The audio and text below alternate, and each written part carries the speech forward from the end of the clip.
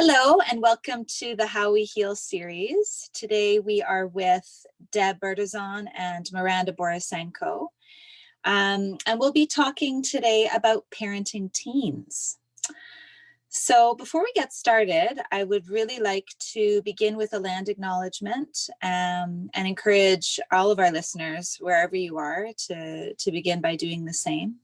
Just take a moment to acknowledge your ancestors and the people that are on the land, people that were on the land before you. So we're taking this call here from Toronto, and the Inner Arts Collective acknowledges that we're on the traditional territory of many nations, including the Mississaugas of the Credit, the Anishinaabeg, the Chippewa, the Haudenosaunee, and the Wendat peoples, and is now home to many diverse First Nations, Inuit, and Métis people. So today, with the parenting teens discussion, like I was saying, we're here today with Debb and Miranda, and we'd like to get started by welcoming them and inviting them. Please, guys, if you could introduce yourselves, your background a bit, and what brings you to this particular panel. Like, why is this topic especially interesting for you? Who would like to get started?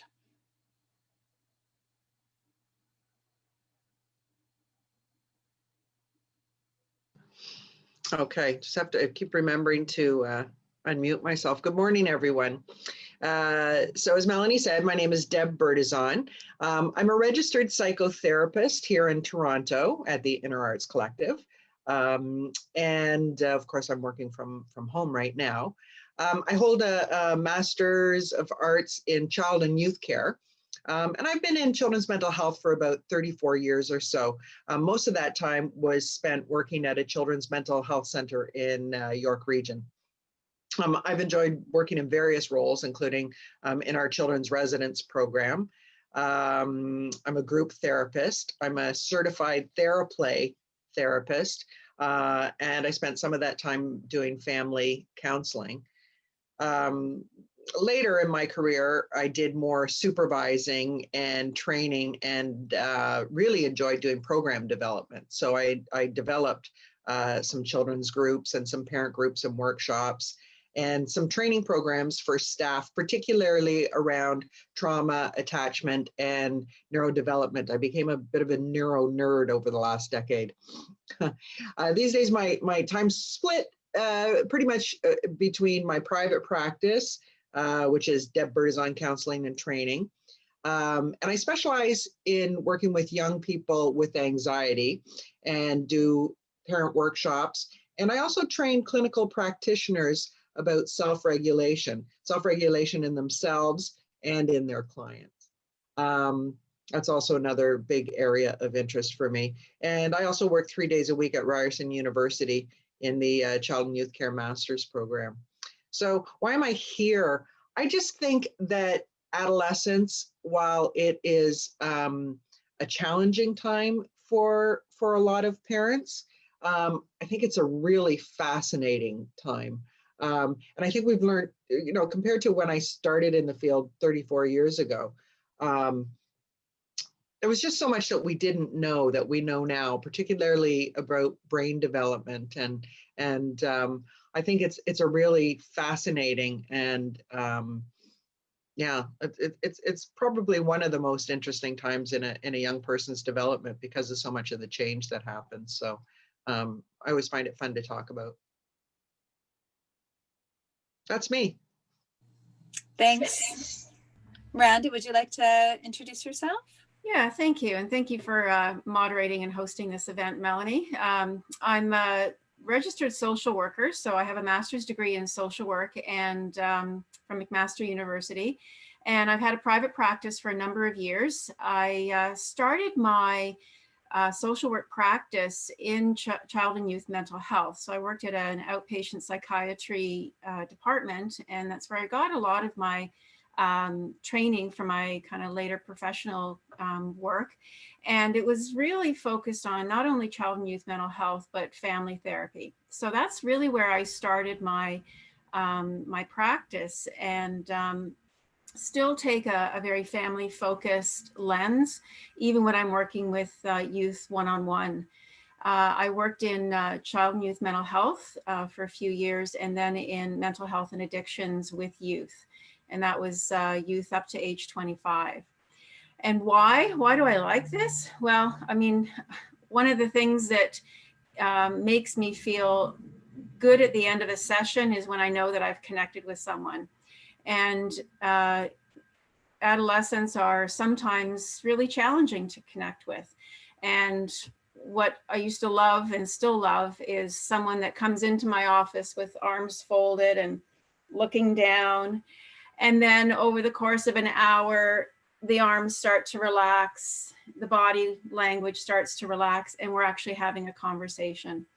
And that means for me that I've connected with someone, and that in itself is rewarding for me. So I find I chose to sign up for this because I love teenagers. I really love this stage of life.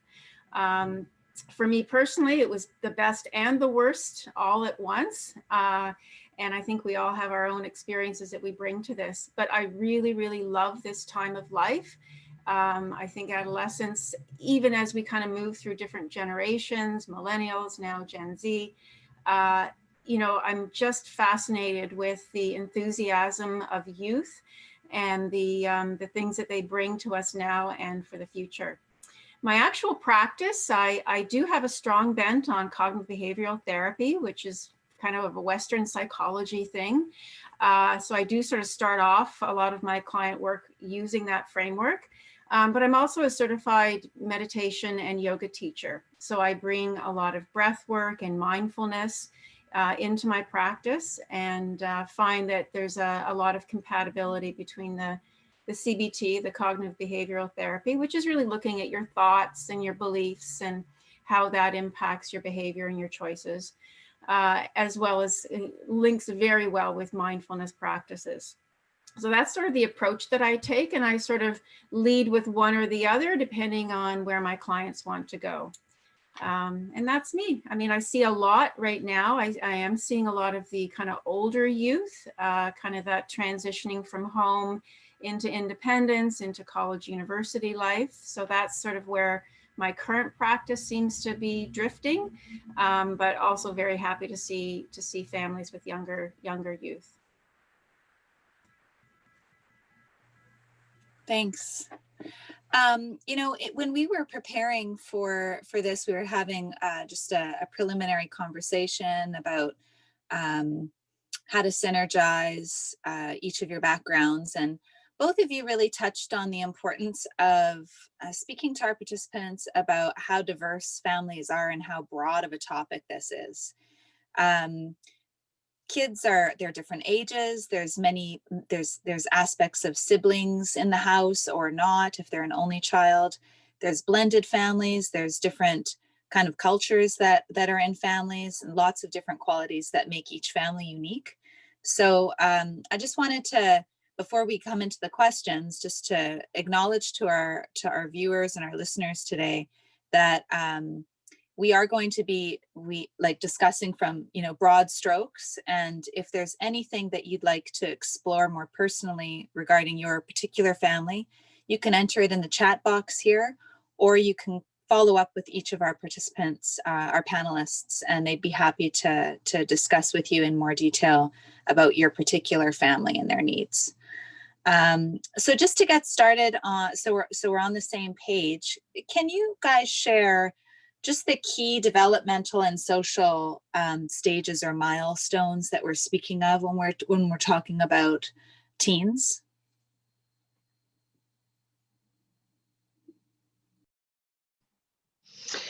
Yeah, I mean, all of us seem to be grooving with it. There's so much happening at this stage of life. It's challenging and exciting. I love Miranda, how it's kind of that the best of times, the worst of times.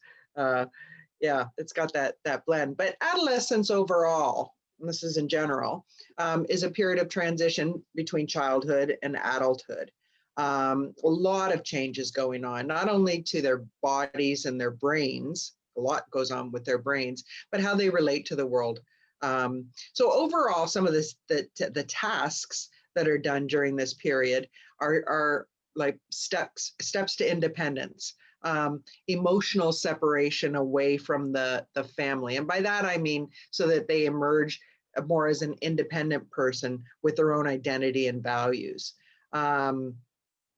You know, becoming more competent and responsible for their own needs and feelings and behaviors. So being able to develop some self-discipline and being able to make decisions more on their own.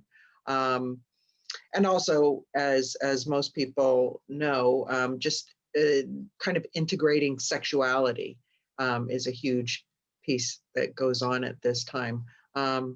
And, you know, when we were talking earlier and we were planning, though, we were saying that, of course, that's it overall, but it can also be broken down into kind of some sub stages.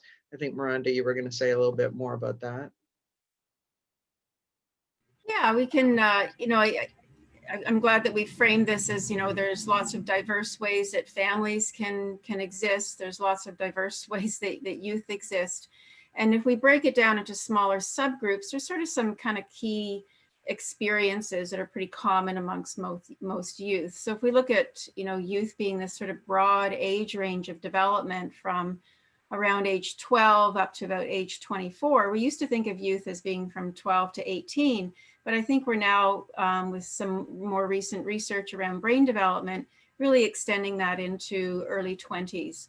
So, you know, if you think about, you know, and for those of us, for the people who are listening, you know, your mind is on your own children or child who might be 15 years old or 17 years old. So you're very focused on that particular phase. But if we think about this being a long phase of development with many kind of sub phases, transitions from middle school or elementary school into secondary school, being kind of at that junior level into the senior level of high school.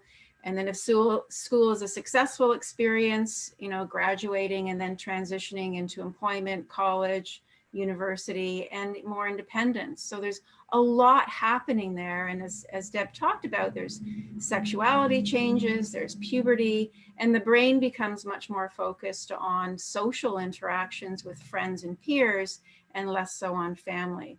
So some of the milestones is really about being able to navigate through all of those changes, physically, sexually, emotionally, and socially, and then through all the expectations and challenges with academic life. So, you know, I think as long as we can have a generic conversation, but hold in our thoughts all of those really important subgroups. And if you have been to a grade 8 graduation ever, look around the room and look at the 13-year-olds in that room, and you will see the diversity in them. You will have some that look like they're in grade 6 and some who could probably get into a bar without ID. And they are the same age in the same class. And those teachers are teaching to that diverse group where some physical development has been really accelerated and very mature, and others still have a long way before puberty comes. So within that, managing all of those differences can be really difficult because a very developed physically 14-year-old is going to have social expectations on them as if they're an 18-year-old, when in fact, intellectually and emotionally, they are much younger.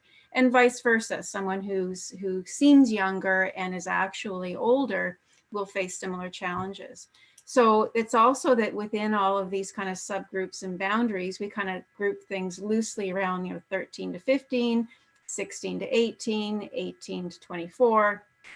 But they're more just to kind of meant to kind of guide us around what those transitions and stages are. But within that, there's a lot of fluidity and differences. So we just really need to appreciate all of that when we're talking about youth and development. Yeah, so with all of these stages of development that are happening, it seems a lot to manage for a parent, which I'm sure you guys have seen the full gamut of different issues come to your office seeking support, like the parent and the child or the teen.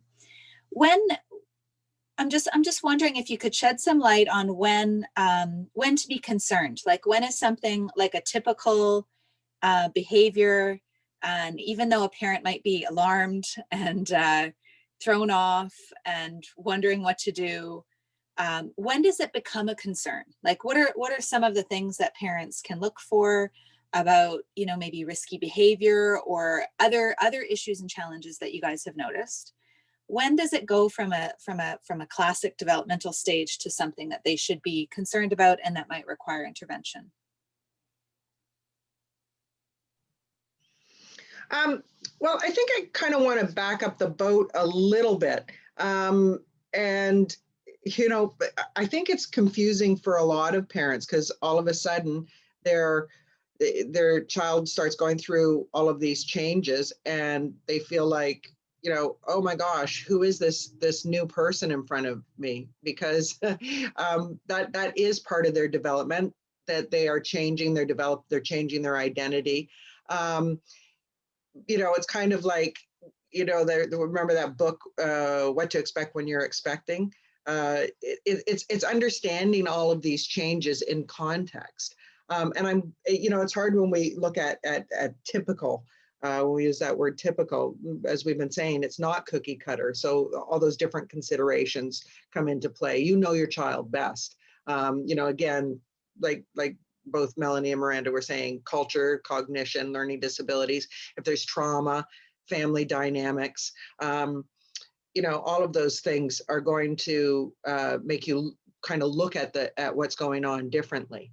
And the biggest tip I can give, and then I'll get to kind of getting into what to look for, but is always just communication, communication, communication.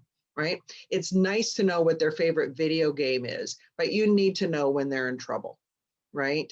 And they need to know that they can come to you and that you're going to get them, right? And that you're always there for them, even though you'll be getting messages like, go away. But they do need to know that when they need your help, you're going to be there for them. So I think it's really important that you're having, as parents, have kind of preventative conversations in calm moments. And in that early phase of adolescence, like, don't wait until you're really worrying or when the conflict is really coming. So to be talking about healthy sex and sexuality and all the body changes that are going to be happening, and don't tease. I've seen a lot of parents, you know, sometimes because of their own discomfort with the topics, that they kind of do it in a joking, teasing manner. And some kids can take that, but young people are really sensitive with all the changes that are going on. Talk about consent and safety and pregnancy. Talk about drug and alcohol use. And keep the conversations positive and strength-based about them, because this, you know, make it an exciting time. Also prep and rehearse for those risky situations that are going to come up. You can start having those discussions about how to handle it. Like, rehearsing can really be useful, like for something like, you know, okay, what are you going to do in a situation where you find out that your friends are talking about cutting and want to convince you that maybe cutting is a good plan for when you're having feelings.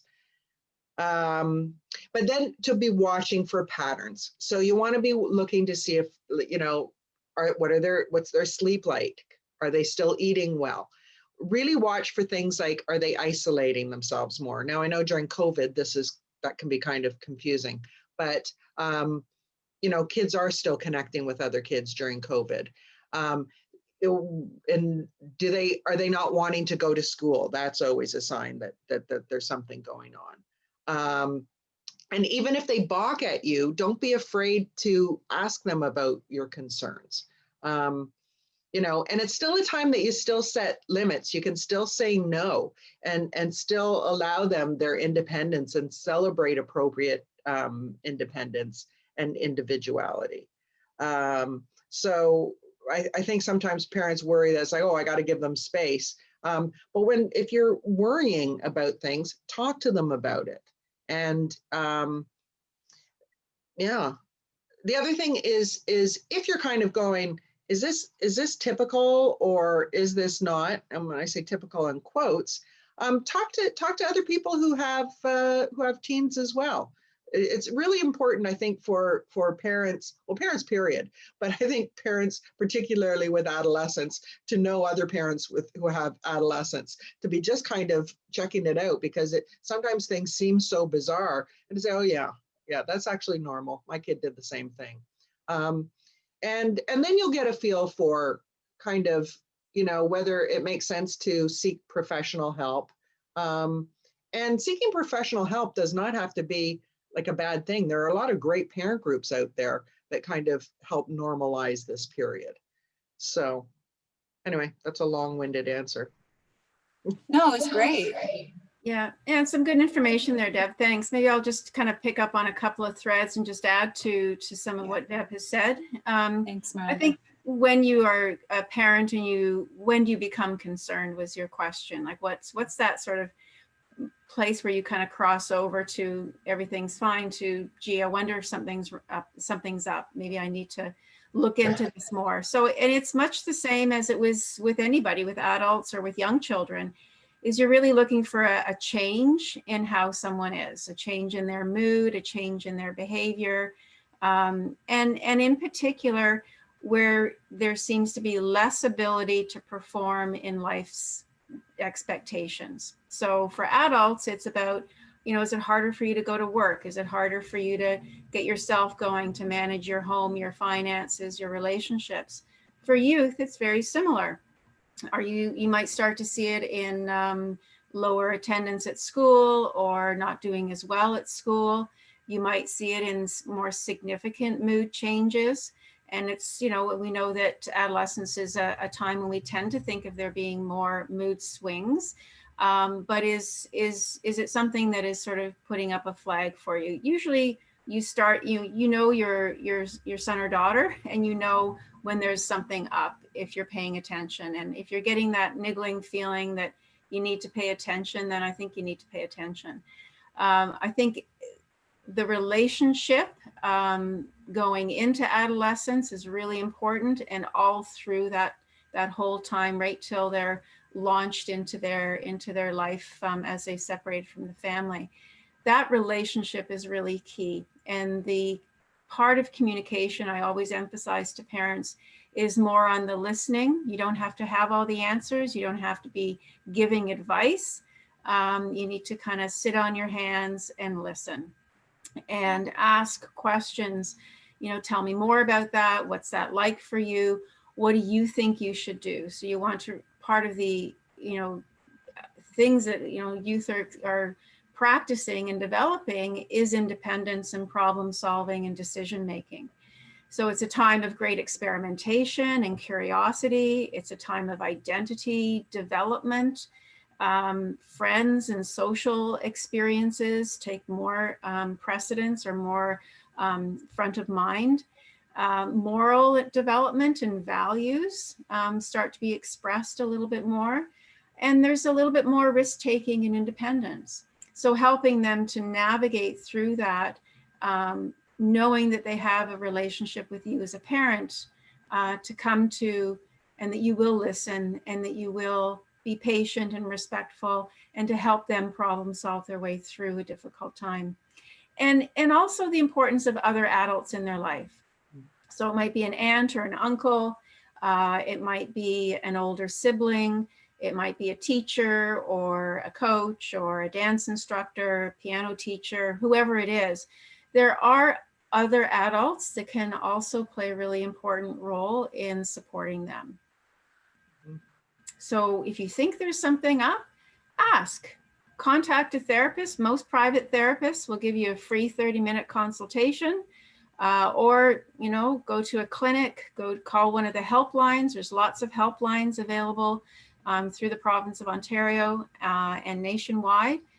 Call and just ask. Have a conversation with someone. Educate yourself. Yeah. Go ahead, Deb.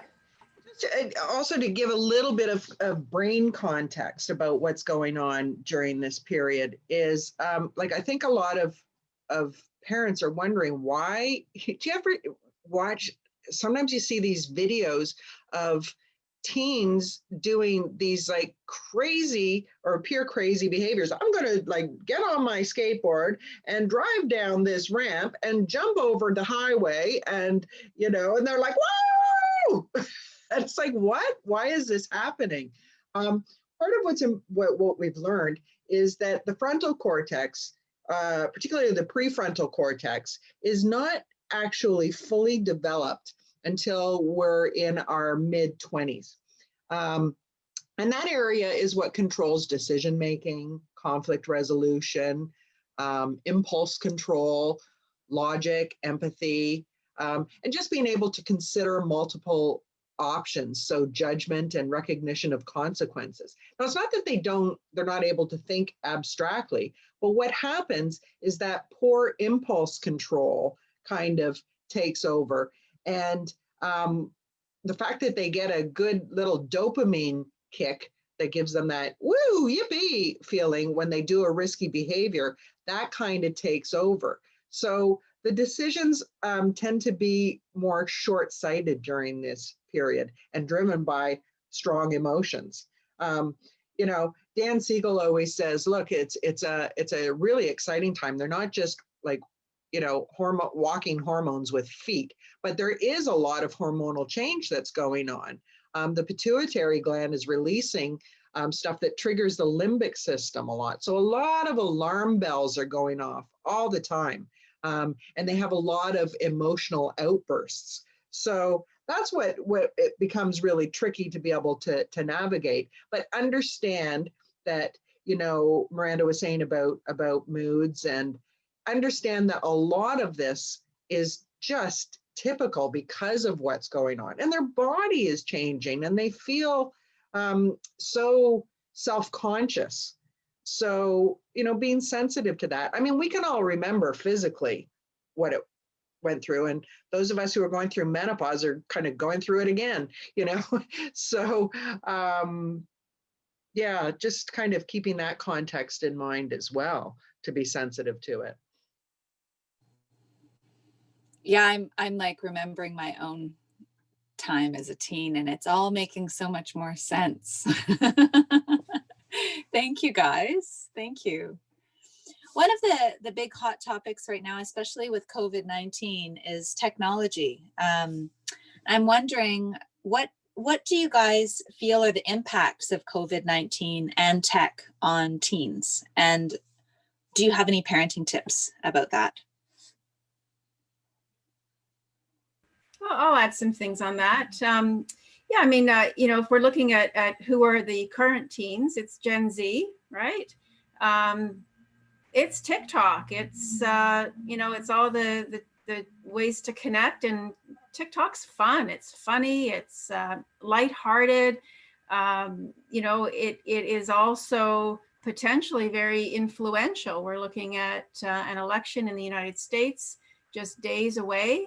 And the impact of Gen Z and their use of TikTok to organize themselves is phenomenal. And we also see, social media as worldwide as a way for people to challenge tyrannical governments and to organize, grassroots social movements. So there are some fabulous things about social media that are transformative. And for those of us who are from different generations, so I'm a Gen X, we didn't have these things. Cell phones were something was a big clunky thing you kept in the trunk of the car, if you even had that.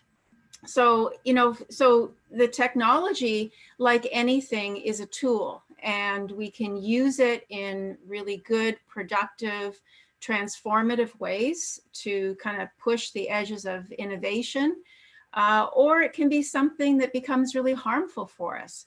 So, we know that adolescence is a time for kind of overindulgences, and it's a time to kind of learn moderation. So we see it with substance use, binge drinking, tends to happen before youth become, more responsible with alcohol. So there are some experiences of binging and going overboard or getting really into a particular kind of music and wearing the clothes and the posters and being quite obsessed with. So it's a little bit of a time where you kind of really do a full immersion in something. And I think for technology, there's a little bit of that, of just being fully immersed in it, which from a parent standpoint can look really kind of dangerous and concerning. But it is that, is it affecting your ability to function? And that's sort of where anything that you're doing can become problematic, is if it's affecting your ability to function in school, in relationships, perform your obligations, etc. So I think that's sort of some of the challenge with this age group is learning moderation, learning how to use technology as you would anything else in a way that is useful, but is also in moderation. And sometimes you need to learn by experience. So, we can research and we can sort of say what the experts say, but if you've experienced, 3 days of being on your smartphone playing a game or on a video game, you're going to get tired. It's going to be hard to get up in the morning, and you might barely pass your math test. So that's a learned experience of the consequence of too much social media. So I would encourage parents to have the conversations, to listen. What do you like about this? What's going on? Have the conversation about what possible consequences are, but let them experience the good and the bad, and let them experience in a safe way what's it like to kind of overuse social media, and then to reflect on that and to learn from that. That's, for me, that would be my best advice, is to allow it to unfold and allow them to make their own best decisions after they reflect on their use. And hopefully what comes from that is a moderate, healthy use of social media. Yeah, Thank you. it's interesting that I was watching, I think it was on CBC, and to many people's surprise, this is about during COVID, there was concerns that teens would be doing worse, because the concern was more anxiety, more depression. And interestingly enough, that what the study showed was that they were faring better than we thought that they would. And that was because they were actually spending less time on social media and more time doing things like FaceTime. So they were actually still connecting with their peers. And that really, so it wasn't that they weren't experiencing anxiety and depression, which is just common, period. But during this COVID period, that was the surprise. People assumed that it was going to get worse. And it didn't seem that the numbers really changed too significantly. And that is about that social connection. So it just shows you how important that is during adolescence. And I think that there's a difference between social media and doing things like FaceTime. I also think that a lot of teens were not necessarily social distancing. We're probably breaking some of those rules, but anyway, it's important. And I agree with Miranda in that, it becomes a problem when it's a problem. Like, is it impacting their sleep? Are they avoiding other things? And that's what I hear from parents the most, when they're avoiding other things so that they're staying on their devices. Do they flip out when you ask them to get off their iPad? But the other thing is, what do you model for them around using your devices? Like, do you have house rules about this? No phones at the table. It's if you talk to a lot of adults, a lot of us are connected to our devices as well. So, when you're negotiating around your teen, you also want to kind of model some good technology uses as well. No, that's a very good point, Deb. I think there is a tendency, and we talked about this in some of our preparation for today's session, is this is an age group that experiences a lot of social stigma and a lot of stereotyping, a lot of prejudice, and a lot of discrimination by adults. So we're very quick to judge adolescents, we're very quick to stigmatize their behavior without really looking at our own. I see parents walking on the street with their strollers, with their babies and toddlers, with their heads down on their smartphones. And, you know, it's interesting if we, you know, we do need to be reflective about our own behavior, and also aware that just because we don't like it or we're not doing it, doesn't mean that it's wrong. You know, previous generations didn't like all that Elvis hip gyrating music that the young people were listening to. And I'm not sure that my parents really liked listening to the Ramones as much as I did. So, or the Sex Pistols. I don't blame them. But you know, just because you don't like it doesn't mean that it's a problem or that it's wrong. And be very careful, even within your home, not to stigmatize you know, someone in your family who's into something you're not. But then to know when it's a problem, and to have that listening conversation, not necessarily a conversation about rigid rules, because they'll find ways to get around the rules. But to have a conversation that is fluid, that's not one conversation, but many conversations over time, and where there's some opportunities to experience the good and the bad of technology, and to find a responsible way to use that. You know, the other thing is across all problems that people tend to face, whether it's anxiety, depression, grief, loss, any kind of stress, we know that things like physical exercise and good sleep hygiene are just the best foundation to equip any of us for the kind of stressors that are going to come at us. And social media can really intrude on sleep and can sort of kind of hook us in so that we become less active. So it's sort of, you know, having some holistic conversations about health, but then modeling it yourself. You know, what time do you go to bed? What time do you get up? Are you on Facebook on your phone before you go to sleep? Are you paying a bill at midnight? Are you exercising? You know, I know this is a really tough time for people who like to be in gyms, but are you going for walks and hikes? Are you maybe lifting a few weights? Are you going for a brisk walk or a jog or doing some yoga? You know, so if you're modeling that and that becomes part of your routine, you're also modeling healthy behavior, healthy lifestyle, and moderation of all these other things. Yeah, I think that the walking and exercise is really important. That just a little other brain thing here is there's a part of the brain called the nucleus accumbens, and that's highly active during the teen years. And what that is that it gives again a dopamine kick. So we tend to repeat things that give us pleasure. So, which is why playing video games is something that a lot of young people enjoy, because they get that dopamine kick really quickly. You know, you get to a different stage and it just keeps feeding you. So really providing some good dopamine alternatives as well, and being kind of creative in how you kind of get them out doing that.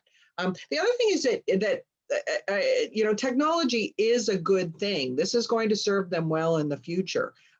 Technology is advancing very quickly, so it's going to serve them very well in the workforce. But it's also can be another way that you can connect with your team. I am not as tech savvy as a lot of young people are.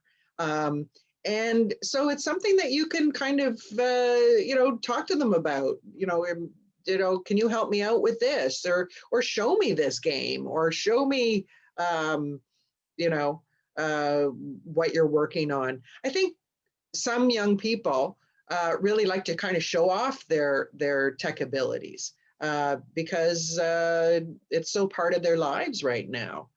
So yeah, anyway, just wanted to add that in. Thanks. You know, it's really refreshing to hear. It's not like tech is bad. There's all these aspects to tech that really helps the teens respond to COVID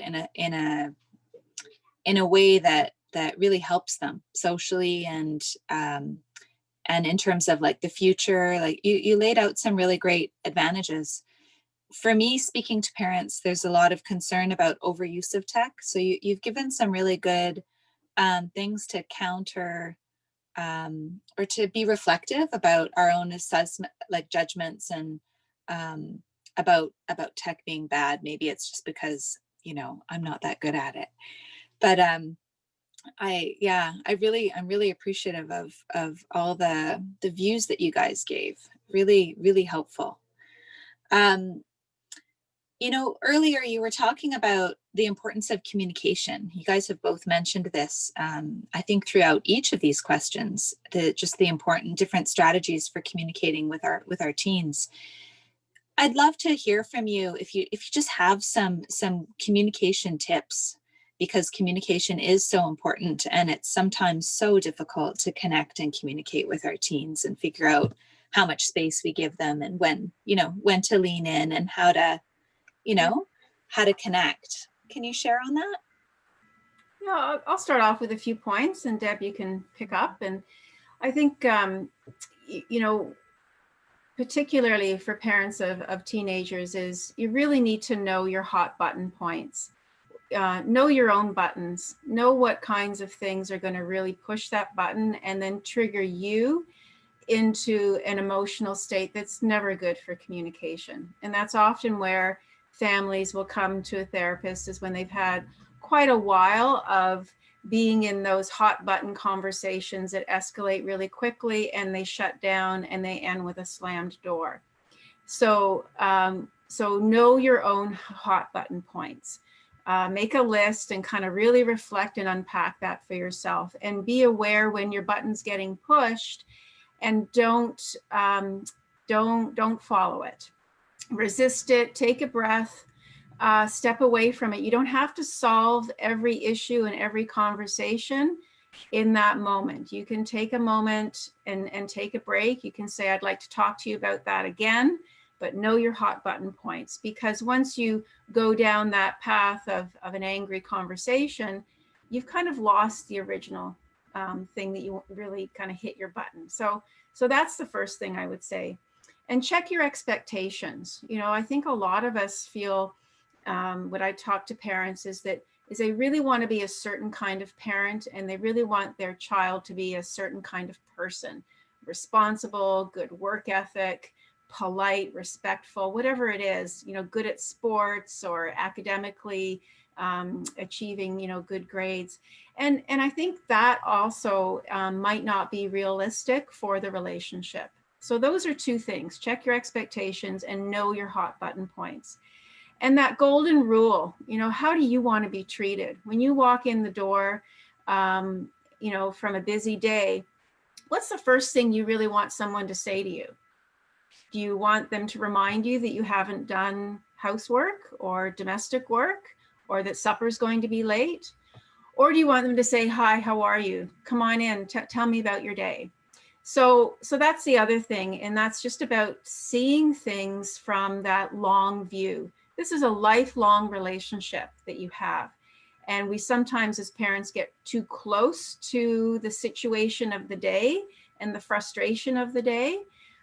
So I think in any of the discussions that you would have, know all of that. So employ that golden rule, know your hot button points, check your expectations. And as you're communicating, really listen, and think about your own experiences. Who's a friend of yours that listens to you well? And who's a friend that listens long enough so that then they can jump in and tell you what they think? And notice which kind of listener and communicator you are with your son or daughter. Deb, you want to add to that? Yeah, I like that. I especially like the hot button idea. We always talk about the difference between reacting and responding, and to be able to really know yourself when you are reacting, right? So when you're, as Dan Siegel says, flipping your lid, and when you're not calm. Like being able to catch yourself when you get into power struggles. You all know it when you're in a power struggle, right? The minute that you feel that you're competing and that you've got to win this argument, right? You have to remember that you're the one that has a developed prefrontal cortex. So it's you that has to be able to step down first. But the trick is catching yourself, right? Also know, I think it's probably obvious that communication decreases at this stage, and don't take that personally. It's not about you. It's actually a good thing that they're beginning to individuate, and they're beginning to develop a personality of their own. But then you're thinking, well, we got to keep communication open. So there find times to talk. If they say, hey, can you drive me to the mall? Yes, I can. Jump on it. You've got them trapped in a car. Now they may want to have their headphones on and, be checking their phone, but just say, oh yeah. Oh, can you take that off? Take your headphones off. We'll just chat for 5 minutes. Active listening, Miranda talked about, really, really important, like being empathetic.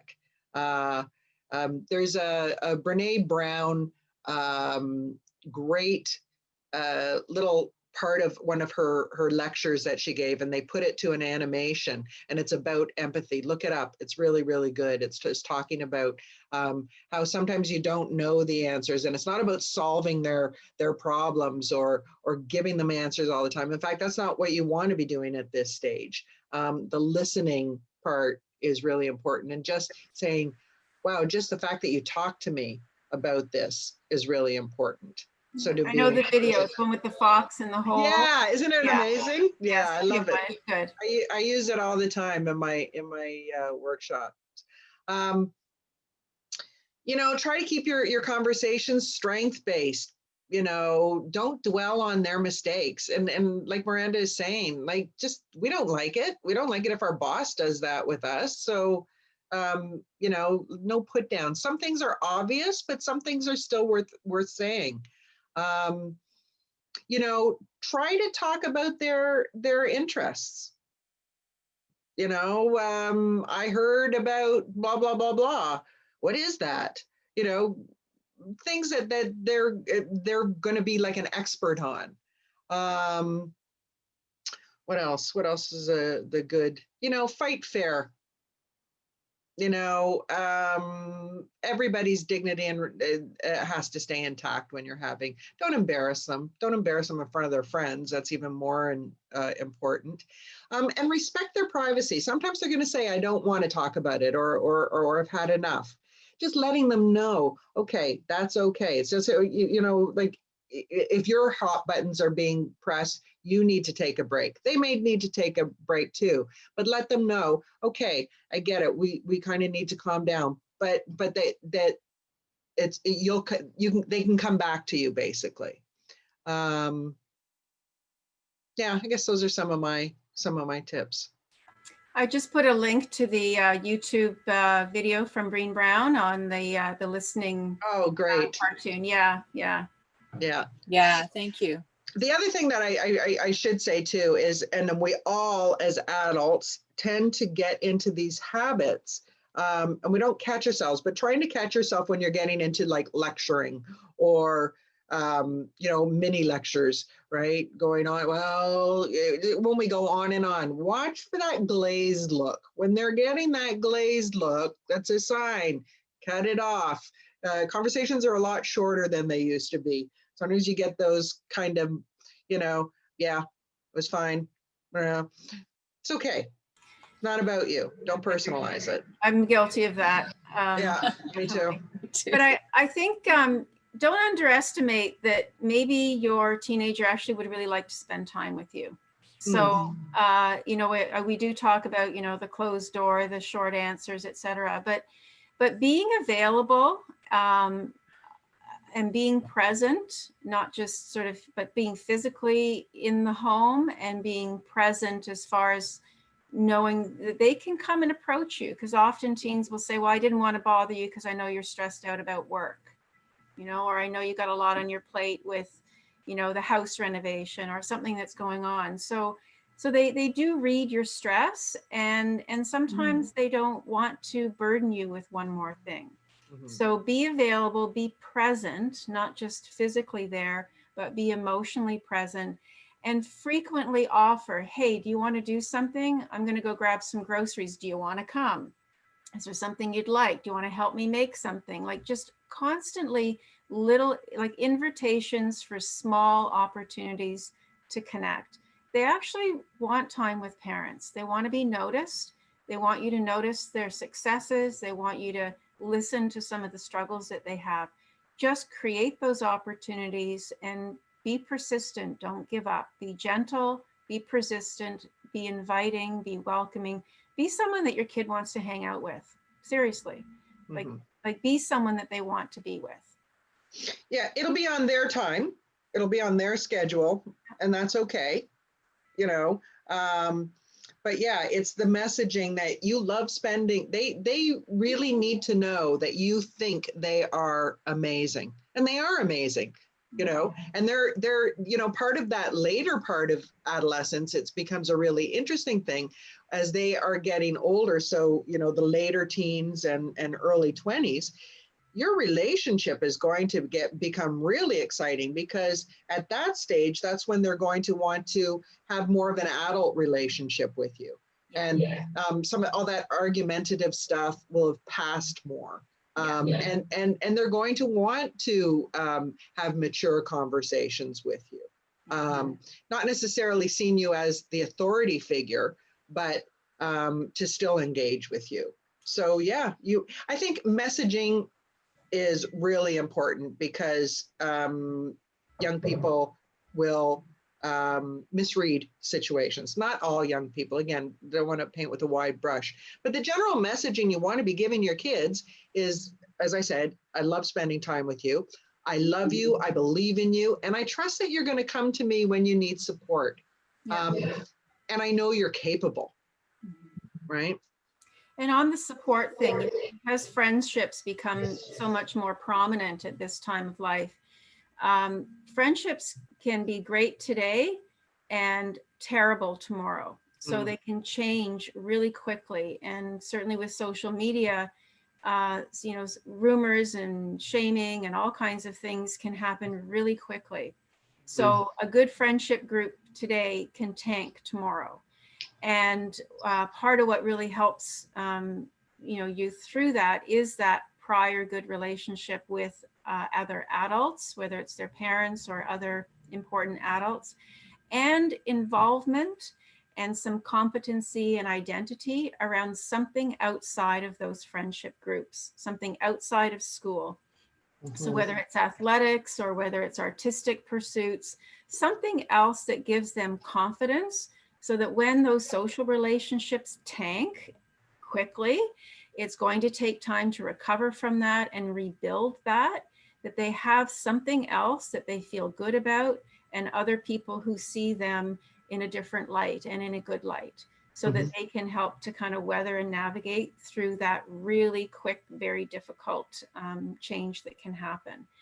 So having something else outside of those circles, artistic pursuits, dance, sports, anything, any kind of other kind of interests that they're really good at, that they can continue to feel good and kind of salvage their self-esteem and put themselves back together.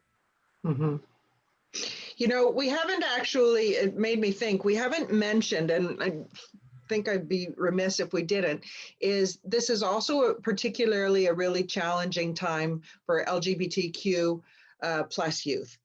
When they're exploring their sexuality, it's still, as much as we've come pretty far, there can be a lot of rejection for these folks, and especially for trans or gender diverse young people, as they're going through puberty, is really a tough time. So we know of a number. We know that LGBTQ youth are there are a high number of them, high suicide rate, high living on the streets, high homelessness. So really, really important for parent support and understanding of these issues. And the place that LGBTQ youth experience the most profound rejection is from their families. Yeah. Yeah. And that's what pushes those youth to leave home, either violence, threat of violence, or the fear of rejection makes them leave home. Yeah. And it's the discrimination within their families that is so devastating.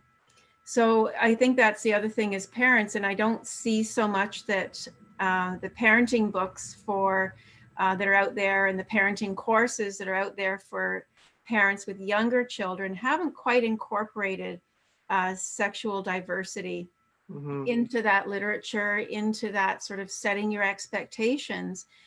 Because I think most parents come into that role and that new kind of responsibility in life, assuming that their children are heterosexual. So we have a heterosexual bias in child development literature, in child development programs.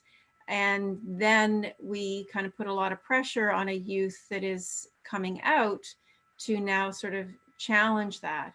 And the challenge for parents is now you have to come out as a parent of a queer kid. And that's hard for the parents. So, I do think that if that is certainly for parents, again, check your expectations, check your hot button issues. If you're making homophobic comments, your queer kid's going to have a hard time. If you are discriminatory toward, sexual diversity and et cetera, it has great potential to harm your child. So those are some things that I don't think parents realize, and I don't think that the education material that's out there for parents with younger children has really integrated and woven those concepts in. Yeah, you guys have touched on so many things, like beyond communication, really touching on some important skills that parents can nurture and develop in their kids. And I'm just wondering if you could expand on any skills that you feel are particularly important for teens to develop during this time to support them in their life, and how parents can nurture those skills that are just so imperative to having a successful and fulfilling life ahead. Yeah, I mean, I'm aware of the time, and there's so many, but if we keep in mind that the goal is for teens to develop resilience and self-confidence so that they can be independent, competent, and well-adjusted members of society, always keep that in mind. Adolescents are needing to deal with rapid change, and the future is actually going to be tougher. So developing resilience is super, super important. Technology, and this is why it's still a good thing, but technology is advancing so quickly that in the future, many jobs are going to become obsolete very quickly. So young people and people that are young right now and are moving into adulthood are going to have to be able to adapt and to be able to reinvent themselves very quickly over and over again. So I think that resilience is important. And to develop that resilience, it's important to have problem-solving skills, comfort with conflict and conflict resolution. Super important to teach your kids how to think, not what to think. So when they're coming to you with some problems, problem solve with them. Don't always give them the answers, right? Like it's really important that they learn that they are competent and that they can make decisions on their own. And also provide opportunities for them to practice these skills, right? Also developing a comfort to ask for help. And that happens, I think, within the home, feeling safe that you can ask for help. You can ask for help and that you can make mistakes. I think that's it, is that you can, we see a lot about this in organizations, learning organizations, is doing lessons learned exercises in workplaces where you kind of look at a project and you kind of decide, what worked, what didn't work, and I think that's part of learning for all of us. And to also, acknowledge that you're also learning and that you're making mistakes and that you've learned from mistakes. Know when to apologize. Know when I you've was just made thinking your own. that God. model apologizing. You know what? I said something and I just feel like I got to come back to you and say, I'm sorry about that. Cause Yeah. I mean, you have to also accept that you're learning. You're learning to be in a relationship with a more developed person who doesn't need help putting their coat on anymore or their shoes, right? That they're making decisions and you're going to make mistakes and they're going to make mistakes. So you have to acknowledge your own mistakes, apologize when you should apologize, and have those conversations and create opportunities for that learning and for that development of competency and independence, and always keeping that thread of relationship that they can always come back to you, that they can always come to you and let you know when they're in trouble or when they're starting to get a little bit worried. One more tip that I would throw in too is that remember it's still okay to put limits on your kids during this period. In fact, some people will go to the nth end and say you have to be their prefrontal cortex since it's not developed.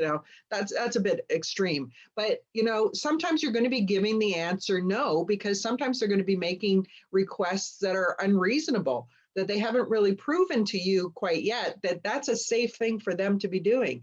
So encourage them, when they ask you, instead of getting into these conversations of, oh, well, why can't I do that? Why not? Start having the discussions, having them saying, how can I show you that I'm ready for this? And that's a different way as opposed to why not? Because then you're getting into because blah, blah, blah, blah, it's about having them saying, I want to be able to do this. How can I show you that it's going to be okay? These are good skills. Yeah, very, very good skills. When you're talking about resilience, I was reminded we do have another panel discussion that was on resilience. So I would encourage our viewers to check out our other discussions, and you'll see one there on resilience. Of course, teens are a little bit different, but I think a lot of the themes around resilience are similar. And I'd like to ask you guys as panelists to just keep in mind, any resources around these skill development areas and the communication suggestions that you'd had that we can include in the supporting document that we send out to folks. So I know we're at time, and gosh, thanks guys. Like, you come with years and years, like between the two of you, Not that many. A lot of years of experience. What do you say? It's the summative. It's like adding it together. Yes. There's a lot of years. And I think that it's incredibly valuable because it is such a challenging time in parents. As you said, we're developing as well. We're learning how to parent as we go, and our roles keep changing. And also for our youth, because these guys are the future of our world. They're the ones that are going to be leading the ship soon. Yeah. So, and they're going to do a really good job. I think they're going to do a great job. They're going to do a great job. I do too. Yeah. Watch them on the news now. I mean, look at how involved they're getting in social action, and it's pretty exciting. Yeah. And I just want to thank all of our viewers today for showing up for this conversation, because and continuing to show up for these conversations with your children. And the healthy homes that we create and the healthy relationships that we create now are going to really ripple out and create this better future. So thanks a lot for your courage and your tenacity and your love as parents, to really do the best that you can. And know that you have support too. Like Deb and Miranda are here for you. There's resources and support there for you. And it's not all on you. Your youth, your teen also can reach out for a lot of support that's available to them. So thank you so much, Deb and Miranda, for sharing your time and your knowledge, your wisdom. Like, it's a really important topic, and I'm just so grateful that you're able to show up and show your passion for this. Like, I can tell you really both care so much about the families that you support, about the kids and the parents, and you really want what's best for them. I could feel you advocating for the kids through all of this. Yeah. And I'm really grateful. Thank you so much. Thank you, Melanie. Thanks for creating this conversation. Thank you so much. Thank Yeah. you. Thank you. Thank you, everybody, for tuning in. Yeah, thanks.